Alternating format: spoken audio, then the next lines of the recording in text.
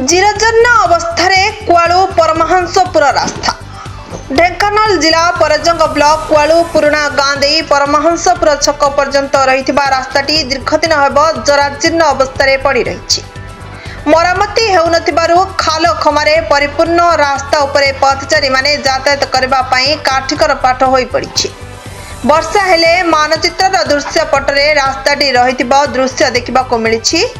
कादुआ चिट्टा कृत्रिम पानी रे हंतसंत हेउछंती ग्रामवासी समेत विभिन्न अंचल यातायात करुथिबा लोकमाने। वर्तमान रास्ताटी आरडी विभाग अधीन रे रहिछि ना पूर्त विभाग अधीन रे रहिछि ताहा साधारण रे उंकी मारिछि।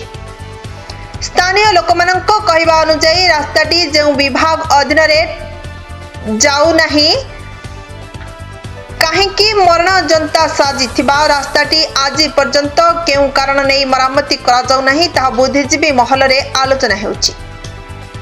एई रास्ता रे क्वालू पुराणा गाँ चौपाढ़ी निकट रे एक साही रही वर्षा हेले साही मझी रास्ता रू वर्षा पानी निष्कासन होई नपारी पोखरी सदृश देखा मिलुछि जहा फल रास्ता रे उभय पार्श्व रे बसवास करुथिबा परिवार लोक माने अनेक असुविधा मध्य रे चलप्रचल करुछंती। एतत् व्यतीत एही कृत्रिम पानी निर्गत हेउथिबा दुर्गंध चर्म रोगर लक्षण मशा म्यालेरिया एहीपरि अन्य केतेक रोग लक्षण आशंका रहिथिले मध्य एहारी मध्यरे लोकमाने चलप्रचल करुछंती। एते असुविधा सत्ते विभागीय अधिकारी बाबू माने निघोड़ निदरे सोई रहिछंती। रास्ता रे जीवा आसिबा करुथिबा पाठ पढ़ा पिला दुई चकिया गाड़ी रे जाउथिबा चालक और यात्री अन्य जनजात्री रास्ताटी सते जेपरी मणजंता साजिछि।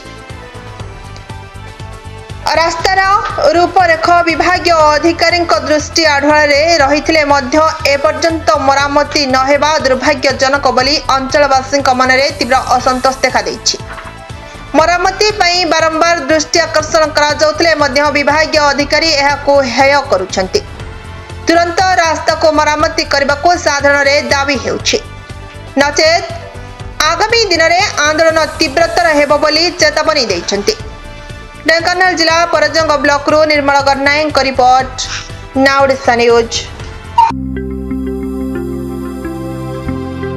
लेटेस्ट न्यूज अपडेट पाई www.nowodisha.com को लॉगिन करंतु।